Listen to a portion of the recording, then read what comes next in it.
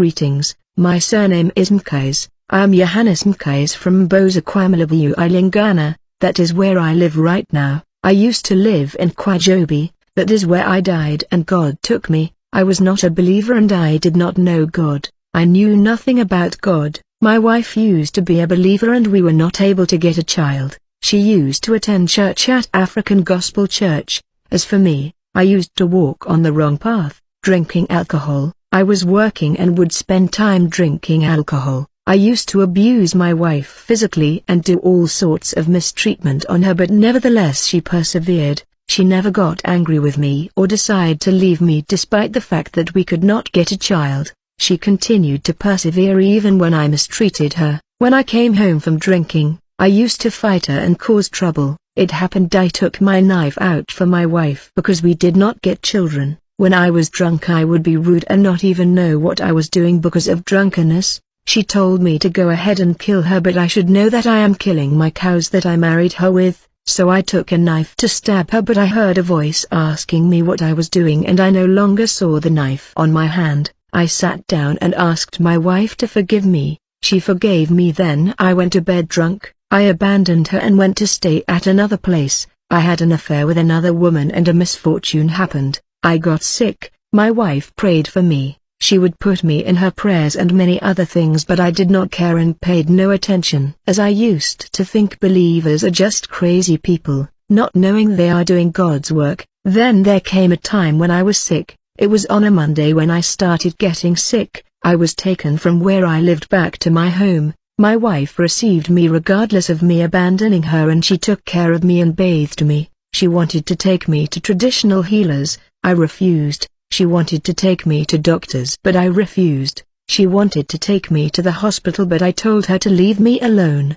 I told her that it is better if I die. I did not know who will receive me when I die. I thought when I die I will meet my ancestors. I told her my ancestors will welcome me when I leave this world, not knowing I am playing with time. On Friday at around 4 p.m. I died. I saw the house in complete darkness. I saw no one, but I heard a voice calling me. The voice said, "Come." I did not know who was calling me. The voice said, "Come, let us go." Then my soul left my body. I felt pain when my soul came out of my body. The voice told me to turn and look at my body and see how it looks like. I turned and looked at my body. It was dirty. My soul followed the voice and arrived at a place that is like a mountain, and there were all kinds of people and they were plenty in number. These people could not walk because the place was slippery. The voice said, "I will end up here." The voice told me to look down, and when I looked down the voice said, "Do you see the people who are inside this pool of blood?"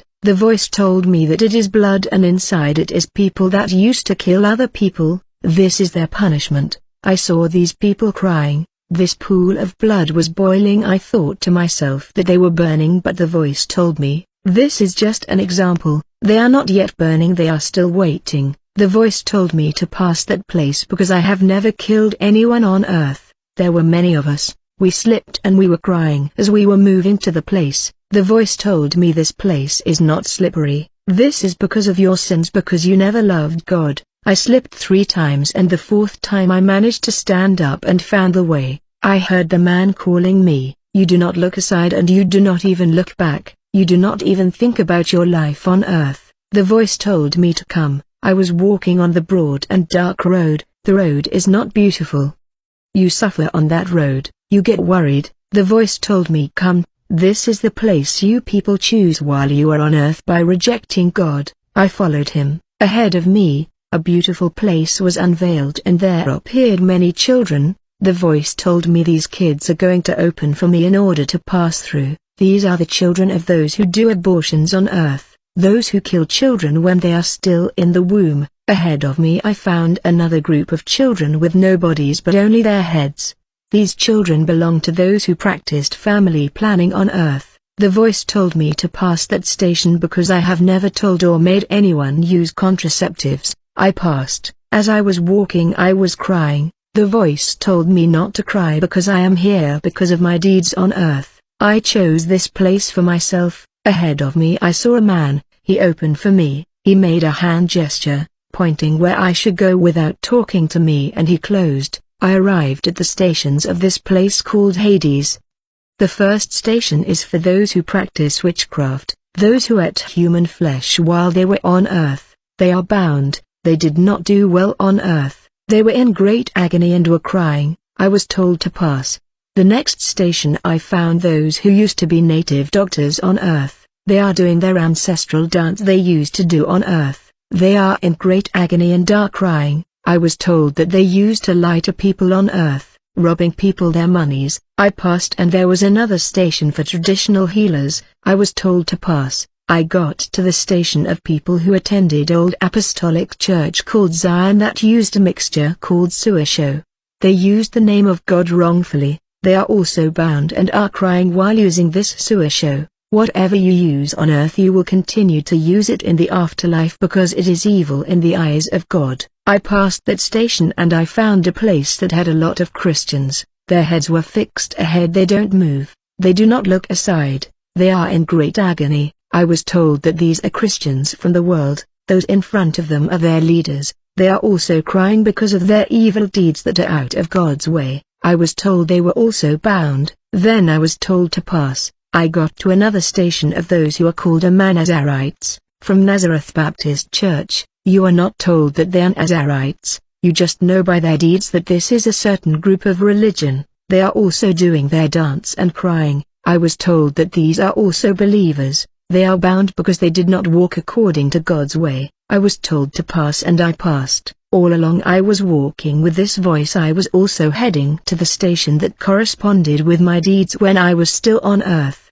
Everybody will go to the station they worked for. I passed through and went to a football station. I found football players. They are also crying. It is a mystery. I saw the ball look like a ball of fire. It was like they were playing with a red coal, a big red coal. When they had it, it would break and burn their whole body. They are crying and they fall down. I was told these were the football players. They did not love God, they did worldly things. I was told to pass through. Another station I found dancers. They dance big time. They are crying. The music we play on earth, you also find it in hell. Nobody sleeps. People cry. I was told to pass. I got to another station. I found prostitutes. Those who used to sell their bodies, multitudes of prostitutes. They are selling God's temple. I saw stacks of money.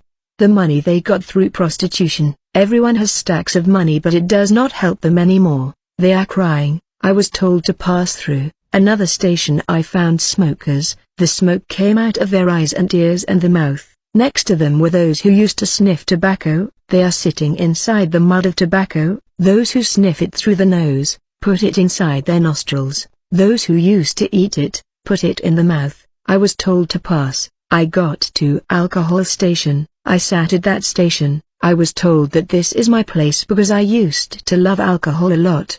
The alcohol in hell is extremely hot in a mysterious way. There were a lot of us. Everybody is in agony. We were brought alcohol to drink. We cried a lot. We stood up. You stand where you are. You look up and ask for forgiveness. You are told that there is no forgiveness there. Forgiveness is found on earth, not here. When you are here you are just waiting to be thrown in hell. People in hell are not yet burning. They are still waiting even now. When we were still there, I started feeling thirsty and hunger, something you cannot really understand. A wave of heat came over as if we are burning. We were told that this is just an example. You are not yet burning. You are still going to burn. We are all in sorrow. Nobody is talking to anyone. Everyone has his own suffering. There was a time I heard a gong sound. I did not know whether it was ringing in my ears or not. I was told to stand up from where I was sitting. I felt like God is helping me. He is taking me out of this place and returning me to earth. There was a big separation whereby those who are this side cannot go to the other side and those who are on the other side cannot come to this side. You don't even think of climbing on it because you will not know where you are going. I was taken by an angel to the other side. He said, "Man, come here. Do you see where you are coming from?" I did not respond. I just looked. I saw many people crying. Hades is a very big place. The agony there, you would think that they are burning, but I was told it is just an example. They are not yet burning. I said that they are already burning. I was told no, they are not yet burning. there is still going to be more suffering and great agony that will